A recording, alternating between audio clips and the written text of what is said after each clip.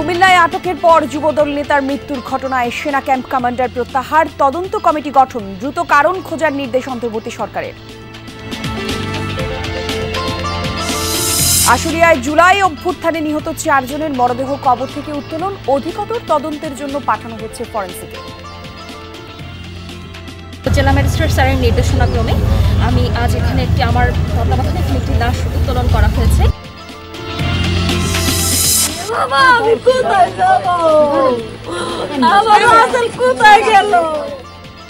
মোটা টাকা মুক্তিপণ দিয়েও বাঁচানো গেল না ফরিদপুর ভাঙার 2 যুবকের জীবন। লিবিয়ায় গুলি করে মারল মানব পাচারকারীরা। এরা দালালের মাধ্যমে নেয় 16,50,000 টাকা দিয়া, কিন্তু তারা ওইখানে নিয়ে বিভিন্নভাবে নির্যাতন করছে। তাদের কথাবার্তা বরাবর দেয় না এবং খুব অমানসিক নির্যাতন করে। আমি এই বিচারটা চাই, আপনার কাছে সুষ্ঠু বিচার চাই।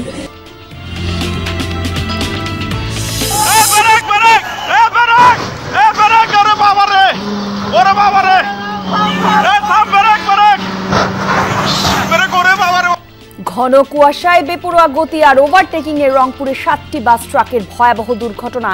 আইন প্রয়োগে কঠোরতার কথা বলছে হাইওয়ে পুলিশ। কাল বিশ্ব ইজতেমার প্রথম পর্বের আখেরি মোনাজাত পরিচালনা করবেন মাওলানা জুবায়ের। চলছে ঈমান আমল নিয়ে বয়ান। নেত্রকোনায় হাওর রক্ষা বাঁধ সংস্কারে অনিয়ম ধীরগতির অভিযোগ। আগাম বন্যায় ফসল হানির শঙ্কায় কৃষক, নির্ধারিত সময়ে কাজ শেষ হবে আশ্বাস কর্তৃপক্ষের।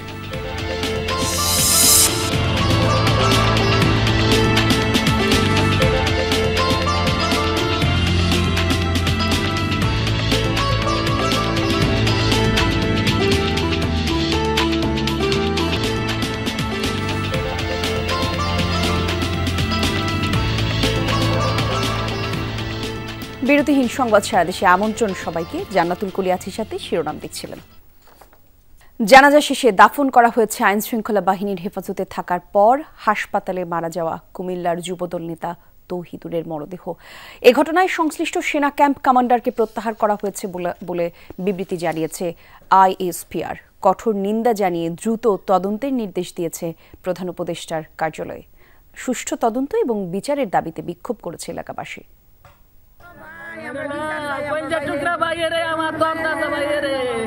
শোকের মাতম আর আহাজারিতে ভারী কুমিল্লা সদরের ইটাল্লা গ্রামের পরিবেশ।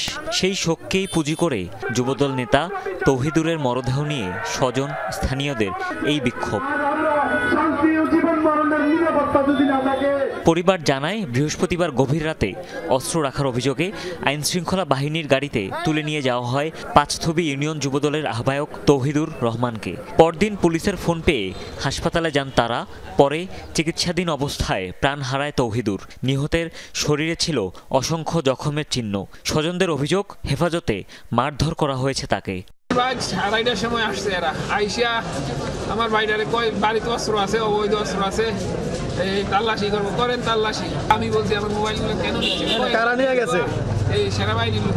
আমাদের তো বিশ্বাস আছে আমাদের সেনাবাহিনী 5ই আগস্টের পর থেকে যেভাবে আমাদেরকে সহযোগিতা করছে, দেশের মানুষের তো ওনারা তো প্রোটেকশনই দিচ্ছে, ওনারা তো প্রোটেকশন দেওয়ার জন্যই কাজ করে যাচ্ছে। আমাদের বিশ্বাস ওনারা আমাদেরকে অবশ্যই সহযোগিতা করবেন।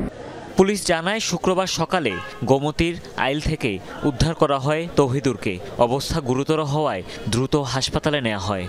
সকাল 11টায় আমাকে ফোন দিয়েছে যে এরা বোম দিতে অভিযান পাঠিয়ে এটা বাড়ি পুলিশ টিম লাগবে, ঠিক আছে। ডিউটি অফিসের মাধ্যমে পুলিশ টিম পাঠিয়ে দিয়েছি। তো আমার অফিসার ওখানে যা দেখে যে এই যে আপনার বিক্রম চৌধুরী ইসলাম অবস্থায় মসুস্থ অবস্থায় পড়ে আছে, ঠিক আছে। তখন বলছে ভাই আমাকে বললো স্যার এই ঘটনা। আমি বললাম দ্রুত হাসপাতাল নেন, সেনাবাহিনীর হেল্প নিয়ে হাসপাতাল নেন। যুবদল নেতার এমন মৃত্যুতে হতবাক এলাকাবাসী ও বিএনপি নেতাকর্মীরা। তদন্ত সাপেক্ষে দ্রুত বিচারের দাবি সকলের। যেহেতু করছে, আমরাও বিশ্বাস করি যে ন্যায় বিচার হবে। এর ভিতরে ইনকোয়ারিও শুরু হয়েছে। আমাদের বক্তব্য একটাই যে এটার ন্যায় বিচার আমরা চাই। এ ঘটনায় সংশ্লিষ্ট সেনা ক্যাম্পের কমান্ডারকে প্রত্যাহার করা হয়েছে বলে জানিয়েছে আন্তঃবাহিনী জনসংযোগ পরিদপ্তর আইএসপিআর। সঠিক কারণ উদ্ঘাটনে গঠন করা হয়েছে উচ্চপদস্থ একটি তদন্ত কমিটি। কঠোর নিন্দা জানিয়ে দ্রুত তদন্তের নির্দেশ দিয়েছে প্রধান উপদেষ্টার কার্যালয়ও।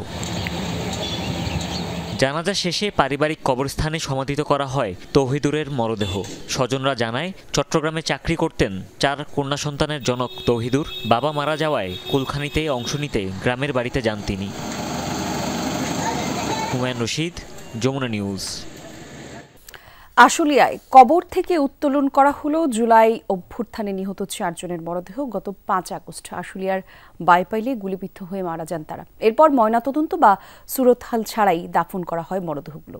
পরে নিহত স্বজনদের মামলার পরিপ্রেক্ষিতে এবং তদন্তের স্বার্থে কবর থেকে মরদেহ উত্তোলনের নির্দেশ দেন আদালত। আদালতের নির্দেশে একে একে কবর থেকে তোলা হচ্ছে মরদেহ। আশপাশে ভিড় জমিয়েছে উৎসুক জনতা। আশুলিয়ার কয়েকটি স্থান থেকে নির্বাহী ম্যাজিস্ট্রেট, পুলিশ ও স্বজনদের উপস্থিতিতে উত্তোলন করা হয় জাহিদুল ইসলাম সাগর, আসাবুর, আবুল হোসেন এবং অজ্ঞাত একজনের মরদেহ। গত 5 আগস্ট বাইপাইলে ছাত্র জনতার আন্দোলনে গুলিবিদ্ধ হয়ে প্রাণ হারান তারা। আমরা চাই এইসব যেগুলো হত্যাকাণ্ড হয়েছে, এগুলো সব যে কটা হত্যাকাণ্ড হয়েছে সবটির বিচার চাই। আমরা রাত 8:30টার সময় খবর পাই আমার ভাই গুলিবিদ্ধ অবস্থা হয়েছে। তখন আমরা অনেক খোঁজাখুঁজির পরে আশুলিয়া বাইপেলে হাবিব মেডিকেলের সামনে ওরে পাই, ওর বডিটা আমরা পাই। ওইখান থেকে পরে আমরা নিয়ে আসে 6 তারিখ সকালবেলা দাফন করি। সে সময় সুরতহাল ময়নাতদন্ত ছাড়াই তাদের দাফন করা হয়। পরবর্তীতে নিহতের স্বজনরা মামলা করলে সুষ্ঠু তদন্তের স্বার্থে মরদেহগুলো উত্তোলনের নির্দেশ দেন আদালত। এরপর সেগুলো ফরেনসিক পরীক্ষার জন্য পাঠানো হবে। জেলা ম্যাজিস্ট্রেট স্যারের নির্দেশনাক্রমে আমি আজ এখানে আমার তত্ত্বাবধানে এখানে একটি লাশ উত্তোলন করা হয়েছে। বাদীর ভিকটিমের যে বাদী অর্থাৎ তার ভাই নিজে এসে লাশ শনাক্ত করেছেন, কবর শনাক্ত করেছেন। এখন সিআরপিসি 174 to 176 এর ধারা অনুযায়ী বিধিবিধান মেনে সকল কার্যক্রম সম্পন্ন করা হয়েছে। হত্যাকাণ্ডে জড়িতদের চিহ্নিত করে দৃষ্টান্তমূলক বিচারের দাবি জানিয়েছে নিহতের স্বজনরা। রাহিম সারোয়ার, যমুনা নিউজ। যারা গুম খুনের সাথে জড়িত তাদের অগ্রাধিকার দিয়ে বিচার করতে হবে, এমনটা বলেছেন জামায়াত ইসলামীর আমির ডাক্তার শফিকুর রহমান। সকালে সুনামগঞ্জে জামায়াতের কর্মী সম্মেলনে অংশ নেন তিনি। প্রধান অতিথির বক্তব্যে শফিকুর রহমান বলেন, জামায়াত ক্ষমতায় গেলে সবার আগে গুরুত্ব পাবে শিক্ষা খাতে। পিছিয়ে পড়া জেলাগুলোকেও অগ্রসর করতে কাজ করবে জামায়াত। প্রায় 1.5 যুগ পর আয়োজিত জামায়াতের সম্মেলনে সকাল থেকেই কানায় কানায় পূর্ণ হয়ে ওঠে জুবিলি উচ্চ বিদ্যালয়ের মাঠ। সম্মেলনে কেন্দ্রীয় এবং স্থানীয় নেতাকর্মী সহ আরো অনেকেই উপস্থিত ছিলেন। অতীতে যেটা হয়েছে তার সাক্ষী আমরা অতীত নিয়ে পড়ে থাকতে চাই না, আমরা কামড়িয়ে পড়তে চাই না। তবে সমাজে যারা মানুষ খুন করেছে তাদের অবশ্যই বিচার হতে হবে। গণহত্যা, মানবতার বিচার হতে হবে। এবং যাদেরকে গুম করা হয়েছিল এবং এখনো গুম করে রাখা হয়েছে, এর দুটি অপরাধের অবশ্যই বিচার হওয়া লাগবে। জয়পুরহাটের আক্কেলপুরে নারীদের ফুটবল ম্যাচ বন্ধে মাঠে টিনের বেড়া ভাঙচুরের ঘটনায় ক্ষমা চেয়েছেন জড়িতরা। ভবিষ্যতে এমন ঘটনা আর ঘটবে না বলেও আশ্বস্ত করেন তারা। দুপুরে উপজেলা পরিষদ মিলনায়তনে গণশুনানির আয়োজন করে প্রশাসন। এ সময় তিলকপুরের বিভিন্ন মসজিদের ইমাম, স্থানীয় বাচ্চা হাজি মাদ্রাসার সহকারী পরিচালক সহ জড়িতরা খেলা বন্ধ করার ব্যাপারে ক্ষমা চান। এ সময় মহিলা এবং শিশু বিষয়ক মন্ত্রণালয় কর্তৃক গঠিত তদন্ত টিমের প্রধান উপসচিব দেবী চন্দ্র, অতিরিক্ত জেলা ম্যাজিস্ট্রেট, অতিরিক্ত পুলিশ সুপার সহ আক্কেলপুর উপজেলার নির্বাহী কর্মকর্তারা উপস্থিত ছিলেন। ছোট্ট একটা ঘটনা, এটা একদমই আমাদের সকলে যে দৃষ্টি কেটেছে বা ওয়ার্ল্ড ওয়াইড দৃষ্টি কেটেছে, এটা নিঃসন্দেহে লজ্জাজনক। যাই হোক, আমরা যেটা পেয়েছি সেই বিষয়ে আমরা পূর্ণাঙ্গ প্রতিবেদন দাখিল করব আমাদের কর্তৃপক্ষের কাছে। কর্তৃপক্ষ আপনাদেরকে সেই অনুযায়ী যে সকল কার্যক্রম গ্রহণ করবেন। লিবিয়ায় মানব পাচারকারীদের হাতে প্রাণ হারালেন ফরিদপুর ভাঙার 2 যুবক। মৃত্যুর খবরের পর থেকেই পরিবারে চলছে শোকের আহাজারি। স্বজনদের অভিযোগ, লিবিয়া নিয়ে জিম্মি করা হয় এই দুজনকে। দাবি করা হয় মোটা অঙ্কের মুক্তিপণ। শুক্রবার সন্ধ্যায় হত্যার পর হোয়াটসঅ্যাপে মরদেহের ছবি পাঠানো হয়। লিখিত অভিযোগ পেলে স্থানীয় দালালদের বিরুদ্ধে ব্যবস্থা নেওয়ার আশ্বাস দিয়েছেন প্রশাসনের কর্মকর্তারা।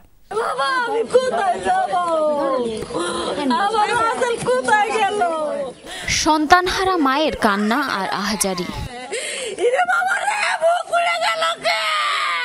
লিবিয়ায় পাচারকারীদের গুলিতে প্রাণ হারিয়েছে এই পরিবারের ছেলে রাসেল।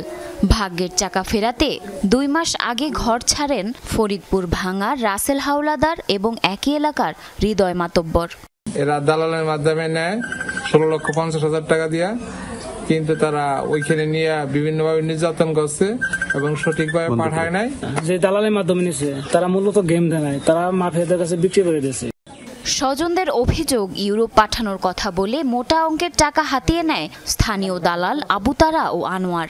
ইতালিয়ান নামে লিবিয়ায় জিম্মি করা হয় রাসেল ও হৃদয়কে। মুক্তিপণও দাবি করে মাফিয়া চক্র। তবে মোটা টাকা মুক্তিপণ দিয়েও জীবন বাঁচেনি তাদের। হোয়াটসঅ্যাপে পরিবারের কাছে পাঠানো হয় মরদেহের ছবি। কিছুদিন আগে মোবাইল নিয়ে গেছে, সবাই মোবাইল নিয়ে গেছে, 15 জনের মোবাইল নিয়ে তাদের কথাবার্তা বরাবর দেয় না এবং খুব অমানসিক নির্যাতন করে। আমি এই বিচারটা চাই, আপনার কাছে সুষ্ঠু একটা বিচার চাই। লিখিত অভিযোগ পেলে জড়িতদের বিরুদ্ধে ব্যবস্থা নেওয়ার আশ্বাস দিয়েছেন প্রশাসনের কর্মকর্তারা। ভাঙ্গার 2 যুবক লিবিয়া থেকে ইটালি যাওয়ার পথে গুলিবিদ্ধ হয়ে মৃত্যুবরণ করার ঘটনায় আমি বিভিন্ন পত্রপত্রিকার মাধ্যমে জেনেছি। বিষয়টি নিয়ে পরিবার থেকে এখন পর্যন্ত কোনো অভিযোগ দায়ের করেনি। পরিবার থেকে কোনো অভিযোগ দায়ের করলে আমরা আইনগত ব্যবস্থা গ্রহণ করব। সংসারে সচ্ছলতা ফেরাতে গিয়ে আর কাউকে যেন এমন করুণ পরিণতি বরণ করতে না হয়, এইটুকুই চাওয়া ব্যথিত মানুষগুলোর। জারিন অর্নি, যমুনা নিউজ। পৃথিবীর কোনো সমস্যার সমাধান তত্ত্বাবধায়ক সরকার দিয়ে নয়, গণতান্ত্রিক সরকার দিয়ে হয়েছে, এমন মন্তব্য করেছেন বিএনপির ভাইস চেয়ারম্যান কাজী শাহ মোফাজ্জল হোসেন কায়কোবাদ। সকালে কুমিল্লার মুরাদনগরে ডিআর উচ্চ বিদ্যালয়ের মাঠে স্বপ্নের মুরাদনগর তরুণ প্রজন্মের ভাবনা শীর্ষক সমাবেশে মন্তব্য করেন তিনি। কাজী শাহ মোফাজ্জল হোসেন কায়কোবাদ বলেন, সংস্কার অনুমোদন দিতে হলে নির্বাচিত সরকারকেই প্রয়োজন, অনুমোদনবিহীন সংস্কার কোনো কাজে লাগবে না বলেও মন্তব্য করেন তিনি। সমাবেশে উপজেলার বিভিন্ন শিক্ষা প্রতিষ্ঠানের শিক্ষার্থীরা উপস্থিত ছিলেন।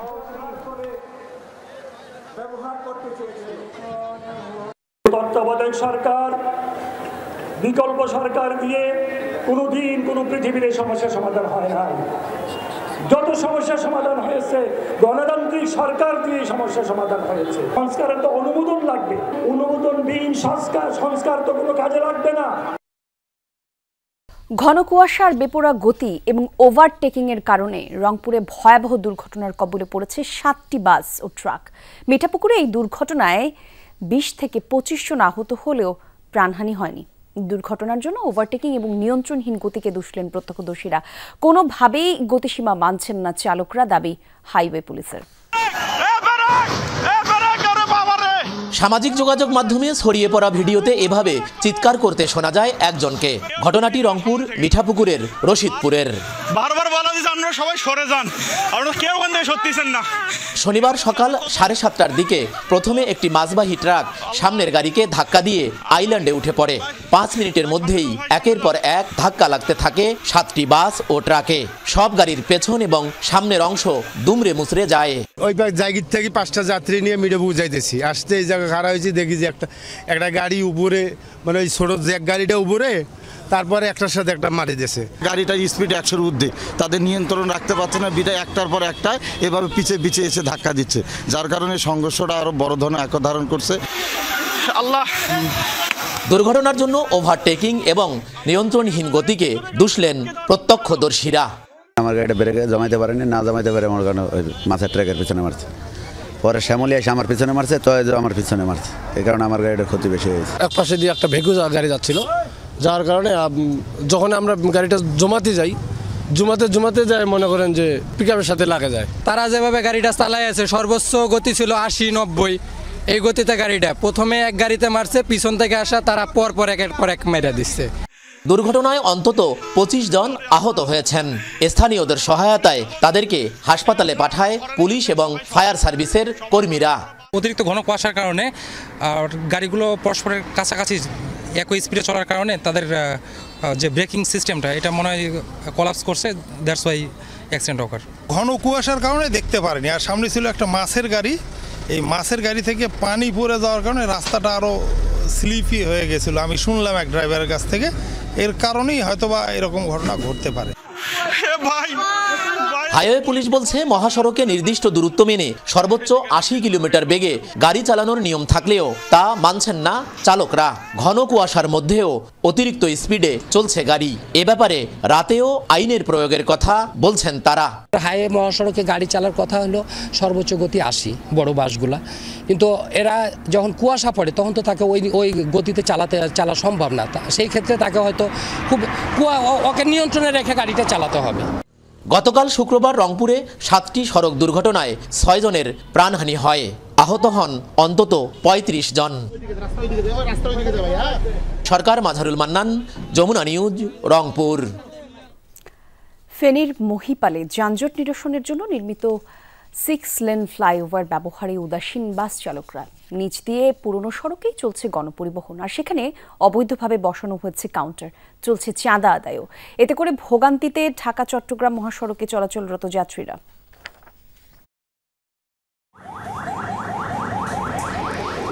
ঢাকা চট্টগ্রাম মহাসড়কের ফেনীর মহিপাল এই অংশের চলাচল নির্বিঘ্নে আছে ফ্লাইওভার, তবে তা ব্যবহার করছেন না দূরপাল্লার বাস চালকরা। চলছেন নিচ দিয়েই পুরনো সড়কে, এতে লেগেই থাকছে যানজট, ভোগান্তিতে যাত্রীরা। যে একটা ফ্লাইওভার আছে, ফ্লাইওভারটা মূলত দেওয়া হয়েছে এখানে যেন যানজটটা না হয়, কিন্তু আমরা নিত্যদিন দেখতে পাই যে এখানে যানজট লেগেই থাকে। মহিপালে অন্তত 56 থেকে 57টা গাড়ি যেগুলোর লাইসেন্স ফেনী পৌরসভা থেকে ওদেরকে দেওয়া হয়নি, কিন্তু ওনারা এখানে গাড়ি দাঁড় করায় যাত্রী নিচ্ছে। অবশ্যই এখানে কোনো বড় সিন্ডিকেট আছে, না থাকলে তো ওরা এত বড় সুযোগ পায় না। অথচ যানজট নিরসনে শত কোটি টাকা ব্যয়ে 6 লেনের ফ্লাইওভার নির্মাণ করা হয়েছে। বাস চালকদের নির্দেশনা দেয়া আছে ব্যবহারের, তবে তা মানছে না কেউ। উল্টো সেখানে অবৈধভাবে বসানো হয়েছে কাউন্টার, চাঁদা আদায়ও চলছে। তো কষ্ট করি ফ্লাইওভারটা তৈরি করছি, কিন্তু ফ্লাইওভার দিয়ে না যাইয়া এগুলা ওই সাদাবাদি করার জন্য নেশারি গাড়িগুলা নিয়ে আসে তারা। যমুনা টিভির ক্যামেরা দেখেই সটকে পড়েন কাউন্টার মাস্টাররা, অসহায় কাউন্টার ম্যানরা। যদি মনে করেন একটার পিছে একটা চলে আসে তাহলে মনে করেন হয়তো হালকা জাম লাগলেও এটা মনে করেন আমরা যানজটগুলো ক্লিয়ার করে দেওয়ার চেষ্টা করি। ফ্লাইওভারটা ব্যবহার করার না কারণে দূরপাল্লা থেকে বিভিন্ন ধরনের গাড়িগুলোর নিচ দিয়ে চলাচলের কারণে আমাদের ফেনী অভ্যন্তরীণ যে গাড়িগুলা এগুলা সব যানজট লেগে থাকে। অবৈধ কাউন্টার উচ্ছেদে অভিযানের আশ্বাস দিলেন ফেনী পৌরসভার প্রশাসক ও বিআরটিএ কর্মকর্তা। আইনি বিষয় হলো যে এটা কখনোই আন্তঃবিভাগীয় কোনো গাড়ি আপনার কোনো একটি জেলার স্থানে থামতে পারবে না। তো এটি অনেক আগে থেকে একটা সিদ্ধান্ত হয়ে আছে যে মহিপাল যে ফ্লাইওভার আছে এইটার ওঠা এবং নামার যে লেন্থটা এইটা দুই পাশে ক্লিয়ার থাকবে, এখানে কোনো বাস আন্তঃজেলা বাস দাঁড়াবে না। আরটিসির যে মিটিং সেখানে আমরা আবার এইটাকে রিভাইভ করে সেই সিদ্ধান্তগুলো আমরা বাস্তবায়ন করব। মহিপালের যানজট নিরসনের জন্য এই ফ্লাইওভারটি নির্মাণ করা হয়েছিল। দূরপাল্লার যাত্রীবাহী বাসগুলো যাত্রী নেওয়ার জন্য ফ্লাইওভারের উপরে না উঠে নিচ দিয়ে চলাচল করছে, যার কারণে মহিপাল প্রতিনিয়ত যানজটের কবলে থাকতে হচ্ছে। এটি থেকে পরিত্রাণ চায় এখানকার বাসিন্দারা। আরিফুর রহমান, যমুনা নিউজ, ফেনী। বিশ্ব ইজতেমার প্রথম পর্বের দ্বিতীয় দিন আজ ফজরের নামাজের পর থেকেই চলছে বয়ান। রোববার সকাল 9টায় আখিরি মোনাজাত করবেন মাওলানা জুবায়ের। ভোর থেকেই বয়ানে দিন প্রতিষ্ঠা এবং ইসলামের বাণী সারা বিশ্বে ছড়িয়ে দেওয়ার আহ্বান জানানো হয়। দুপুরে সংবাদ সম্মেলনে মুফতি কিফায়াতুল্লাহ আজহারি বলেন, ইজতেমায় বিদেশি মেহমান আসা ঠেকাতে বিশৃঙ্খল পরিস্থিতির সৃষ্টি করা হয়েছিল, কিন্তু গুজবে ছড়িয়েও তাবলিগের সাথীদের উপস্থিতি কমানো যায়নি। এদিকে বিশ্ব ইজতেমার পুরনো রীতি অনুযায়ী আসরের নামাজের পর যৌতুকবিহীন গণবিয়ে আয়োজন করা হয়। আর এবারের ইজতেমার প্রথম পর্ব অনুষ্ঠিত হবে 2 ধাপে। 3 থেকে 5 ফেব্রুয়ারি অনুষ্ঠিত হবে জুবাইরপন্থীদের দ্বিতীয় ধাপের ইজতেমা, আর 14 থেকে 16 ফেব্রুয়ারি হবে সাতপন্থীদের ইজতেমা।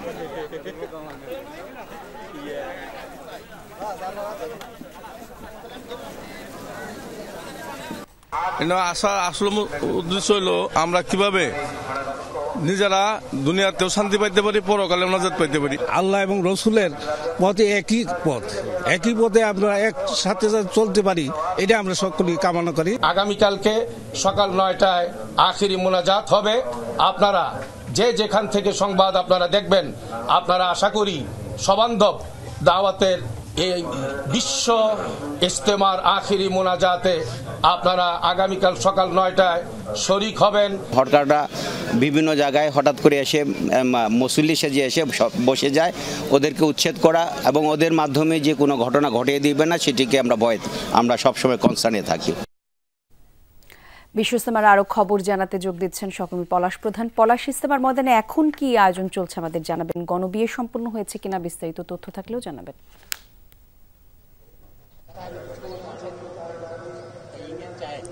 কলি আসরের নামাজ পর একটি বয়ান হয়, সেই বয়ানটি হচ্ছে পরিবার পরিজনকে নিয়ে কিভাবে ঘর সংসার করা হয় সেই বিষয় নিয়ে ঘণ্টাব্যাপী একটি এখানে বয়ান হয়। বয়ানের পরপরই মূলত যারা বর কর্ণে রয়েছে তাদের নাম লিপিবদ্ধ করে এখানে একটি যৌতুকবিহীন একটি গণবিবাহ হয়, সেটি আনুষ্ঠানিকতা কিছুক্ষণ আগে শুরু হয়েছে। সেটি আসলে যারা বর কর্ণে রয়েছে তাদের পরিবার পরিজন এসেছে, অর্থাৎ যারা কর্ণে রয়েছে তারা শুধু বাড়িতে থাকবে এবং যারা বর তারাই এখানে উপস্থিত রয়েছে, তাদের নাম ডাকা হবে একে অপরের সাথে এবং একটি নির্দিষ্ট অর্থাৎ ইসলামিক কিভাবে বলা রয়েছে তাকে একটি দেনমোহর দিয়ে আসলে এখানে আসলে বিয়ে সম্পূর্ণ করা হয়। এখনো যদিও আনুষ্ঠানিকতা শুরু হচ্ছে, কিছুক্ষণ পর বিয়ে সম্পূর্ণ হলে এখানে মিষ্টি বিতরণ করা হবে, অর্থাৎ মিষ্টি পরিবর্তে তারা যেটি আসলে করা হয় খেজুর বিতরণ করা হবে। এই কিছুক্ষণ পরে হয়তোবা সেই দৃশ্যটি আমরা দেখানোর চেষ্টা করব। তবে এখন পর্যন্ত সেটি কিন্তু যদিও একটু সময় রয়েছে, এখানে প্রায় আমরা দেখেছি যে 40-এর অধিক আসলে এখানে বর এসেছে, তারা নাম ঠিকানা নিয়ে আসলে বসেছে। এক এক ভাবে তারা যারা শীর্ষ মুরব্বীরা রয়েছে তারাই মূলত তাদেরকে ডাকছে। ডাকার পর এই আনুষ্ঠানিকতা শেষ করে মূলত মিষ্টি বিতরণ করার পর শেষ হবে। আবারও মাগরিবের পর জি, বুঝতে পারছি। পলাশ, ধন্যবাদ আপনাকে আমাদের সাথে যুক্ত হবার জন্য। মাদারীপুরে হাত পা বাঁধা অবস্থায় এক দোকানির মরদেহ উদ্ধার করেছে পুলিশ। স্বজনরা জানায় ব্যবসা প্রতিষ্ঠান থেকে শুক্রবার রাতে বাড়ি ফেরেননি আজিজুল। সকালে ধুমুসা স্কুলের পাশে হাত পা বাঁধা অবস্থায় তার মরদেহ পড়ে থাকতে দেখে খবর দেয় স্থানীয়রা। নিহতের শরীরে আঘাতের চিহ্নও রয়েছে। মরদেহ মর্গে পাঠিয়েছে পুলিশ। তদন্তের পরপরই জানা যাবে মৃত্যুর আসল কি কারণ ছিল। পরিকল্পিতভাবে হত্যার অভিযোগ পরিবারের। নেত্রকোনায় হাওর রক্ষা বাঁধের সংস্কার কাজের ধীরগতি এবং অনিয়মের অভিযোগ উঠেছে। এতে আগাম বন্যায় ফসল হানির শঙ্কায় আছে চাষিরা। যদিও প্রশাসন বলছে কাজ কিছুটা দেরিতে শুরু হলেও নির্ধারিত সময় শেষ করা ফেলা হবে। নেত্রকোনার 7 উপজেলায় ছোট বড় মিলিয়ে হাওর আছে 134টি। চাষাবাদ হয়েছে বড় ধান। ফসল রক্ষায় চলছে বাঁধ সংস্কার কাজ। পুরো হাওর অঞ্চলে ডুবন্ত বাঁধ 310 কিলোমিটার, এর মধ্যে 146 কিলোমিটার নেত্রকোনায়। 191টি প্রকল্পের মাধ্যমে চলছে বাঁধের কাজ। তবে কাজের সার্বিক অগ্রগতিতে হতাশ চাষিরা। হাওরের বাঁধগুলো তো সময় মতো না হয়, আমাদের দেখা যাচ্ছে সময় হাওরের ভিতরে পানি ঢুকে আমাদের ফসলগুলো নষ্ট করে দেয়। একখানে চিকুন হইতেছে, একখানে মোটা হইতেছে, একখানে যে জায়গায় নিচা হে যারা আর নিচা করতেছে। বেড়িবাঁধগুলো যত তাড়াতাড়ি সম্ভব হওয়া উচিত। প্রতি বছরই সময় মতো বাঁধ সংস্কার কিংবা নির্মাণ না করা সহ ওঠে অনিয়মের বিস্তর অভিযোগ। আগাম বন্যায় ঘটে ফসল হানি, ক্ষতির সম্মুখীন হন চাষিরা। এবারও সেই শঙ্কা রয়েই গেছে। হঠাৎ করে দিক দিয়ে পানি দিয়ে আসে পড়লে তো আমরা ফসলে যত টাকা রেন্টিন করছি রেন্টিন তো আমরা ভাঙতে পারতাম। যদি ফসল আমরা ঠিক মতো না পাই তাহলে আমাদের পরিবার মনে করেন একদম বেকারি হয়ে যাবে, আমরা কোনো কাজে আসবে না। প্রশাসনের দাবি বন্যার পানি দেরিতে নামা, শীতসহ নানা কারণে এবার কাজ কিছুটা বিলম্বিত করে 15 ডিসেম্বর শুরু হয়েছে। এখন পর্যন্ত সার্বিক অগ্রগতি 40%। নির্ধারিত সময়সীমা 28 ফেব্রুয়ারির মধ্যেই বাকিটা শেষ করার আশা করছেন সংশ্লিষ্টরা। সিংহভাগ কাজই শেষ হয়ে যাবে, তবে হাওর থেকে যে দু একটি জায়গায় পানি নিষ্কাশন হতে কিছুটা বিলম্ব হয়েছিল, সেসব জায়গায় কিন্তু আমাদের কয়েকটা দিন পরে কাজ শুরু হয়েছে। ফেব্রুয়ারির মাঝামাঝি আমাদের ফসল রক্ষা বাঁধ নির্মাণ শেষ হবে, অর্থাৎ ফসল উত্তোলনের আগে কাজটি সমাপ্ত হয়ে যাবে, যাতে ফসল উত্তোলন ভালোভাবে সম্ভব হয় সেজন্য আমরা সচেষ্ট আছি। 134টি হাওরের মধ্যে খালিয়াজুড়িতেই আছে 89টি। ওবায়দুর রহমান, যমুনা নিউজ। ন্যূনতম 18,000 টাকা মজুরি বাস্তবায়নের দাবিতে কর্মবিরতি পালন করছে সাভার চামড়া শিল্পনগরের শ্রমিকরা। সকাল 10টা থেকে দুপুর 12টা পর্যন্ত বিসিকের প্রধান সড়কে অবস্থান নেয় তারা। এরপর বিক্ষোভ মিছিল বের করে বিসিকের বিভিন্ন সড়ক প্রদক্ষিণ করে। নেতারা বলেন, অন্যান্য সেক্টরে ন্যূনতম মজুরি ঘোষণার পর তা বাস্তবায়ন হলেও লেদার সেক্টরে কোনো প্রতিফলন হয়নি। ন্যূনতম দ্রুত মজুরি বাস্তবায়ন না হলে আরও কঠোর কর্মসূচির হুঁশিয়ারি দিয়েছেন তারা।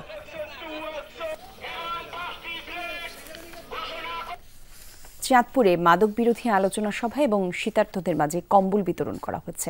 দুপুরে ফরিদগঞ্জের করইতলা উচ্চ বিদ্যালয় মাঠে আলোচনা সভা অনুষ্ঠিত হয়। অনুষ্ঠানে বক্তারা বলেন, সমাজে কিশোর গ্যাং তৈরি হওয়া বড় কারণ হচ্ছে মাদক, আর তাই মাদকের বিরুদ্ধে তরুণ সহ অভিভাবকদের সচেতন হওয়ার আহ্বান জানান তারা। সভা শেষে হতদরিদ্র মানুষের মাঝে কম্বল বিতরণ করে জেলা প্রশাসন। এই সময় তারা বলেন, সমাজের অসহায় মানুষকে সাহায্য করতে বিত্তবানদের এগিয়ে আসা উচিত। এছাড়াও দরিদ্র মানুষকে সহায়তায় এই কার্যক্রম অব্যাহত থাকবে বলে জানান আয়োজকরা। কুমিল্লার লাঙ্গলকোটে বিএনপির দুই গ্রুপের সংঘর্ষে ইউনিয়ন স্বেচ্ছাসেবক দলের আহ্বায়ক নিহত হয়েছেন। বিকেলে বাঙ্গডায় বাজার এলাকায় এই ঘটনা ঘটে, আর এ সময় দুপক্ষের অন্তত 10 জন আহত হয়েছে। প্রত্যক্ষদর্শীরা জানায়, রায়কোটে মতবিনিময় সভায় অংশ নিতে যাচ্ছিলেন বিএনপির নেতা আব্দুল গফুর ভূঁইয়া এবং তার সমর্থকরা। বাঙ্গড্ডা বাজার এলাকায় পৌঁছালে তাদের উপর হামলা চালায় আরেক বিএনপি নেতা মোবাশ্বের আলমের অনুসারীরা। এ সময় দুই পক্ষের মধ্যে সংঘর্ষ বেঁধে যায়, গুরুতর আহত হন বেশ কয়েকজন। পরে তাদেরকে উপজেলা স্বাস্থ্য কমপ্লেক্সে নেওয়া হলে সেলিমকে মৃত ঘোষণা করেন চিকিৎসক। উত্তরে উঠতে শুরু করেছে আলুর ফলন, কিন্তু বাজার দর মন্দায় মলিন কৃষকের মুখ, আর তাই ভরা মৌসুমেই রফতানি বাজার খোঁজার পরামর্শ দিচ্ছেন সংশ্লিষ্টরা। ফসলের মাঠ ঘুরে আরও বিস্তারিত জানাচ্ছেন সহকর্মী শফিক ছোটন। ছবি তুলেছেন আরেক সহকর্মী শিয়ান শাহরিয়ার। দিগন্ত মাঠে সবুজে চোখ জুড়াই। ডায়মন্ড, কার্ডিনাল ও পাপড়ি সহ বিভিন্ন জাতের আলু চাষ হচ্ছে। ক্ষেতের পরিচর্যায় ব্যস্ত চাষি। এরই মধ্যে ফলন সংগ্রহ শুরু হয়েছে। আলগা মাটি সরিয়ে জমি থেকে নতুন আলু তুলছেন কৃষাণী। এরপর সরু পথ মারিয়ে মাঠ থেকে ফলন যাচ্ছে ঘরে। আলু লাগানো হয়েছে মানে একটু আগুর করে, বুঝতে পারছেন, মানে তোলার উপযুক্ত হয়েছে। 2 মাস বয়স হয়ে গেছে। এগুলো ধান লাগাতে হবে এবং টাকা পয়সা দরকার সংসারে খরচা খানতে, এই জন্য কিছু আলু আগে উঠানো হয়, কিছু আলু পরে উঠানো হয়। আলু ভালো হয়েছে বা এবারে সুন্দর হয়েছে, রঙেও ভালো হয়েছে। বিঘা প্রতি 70-80 মন এরকম আলু হয়েছে। নওগাঁর প্রান্তিক চাষি আবুল কালাম চলতি মৌসুমে তিনি 8 বিঘা জমিতে আলু চাষ করেছেন। জানান, কয়েক বছর ধরেই আবাদের স্বস্তি ফেরানো যাচ্ছে না। কখনো ফলনে মার খাচ্ছেন, কখনো দামে। এবারও দুশ্চিন্তায় পড়েছেন, বললেন অন্য চাষিরাও। আলু ভালো হয়েছে, কিন্তু আলুর দামে গত বছর কাছে এবছর দামে কম হচ্ছে আর কি। বিছুনের দাম বেশি, 4000 টাকা মন বিছুন, আর পানির দাম বেশি। আলুর বাজার কম, আলু টান দিছে না তো। আর আলু হয়েছে বেশি, প্রচুর সম্পূর্ণ মাঠে আলু হয়েছে, কোনো মাঠ ফাঁকা নেই।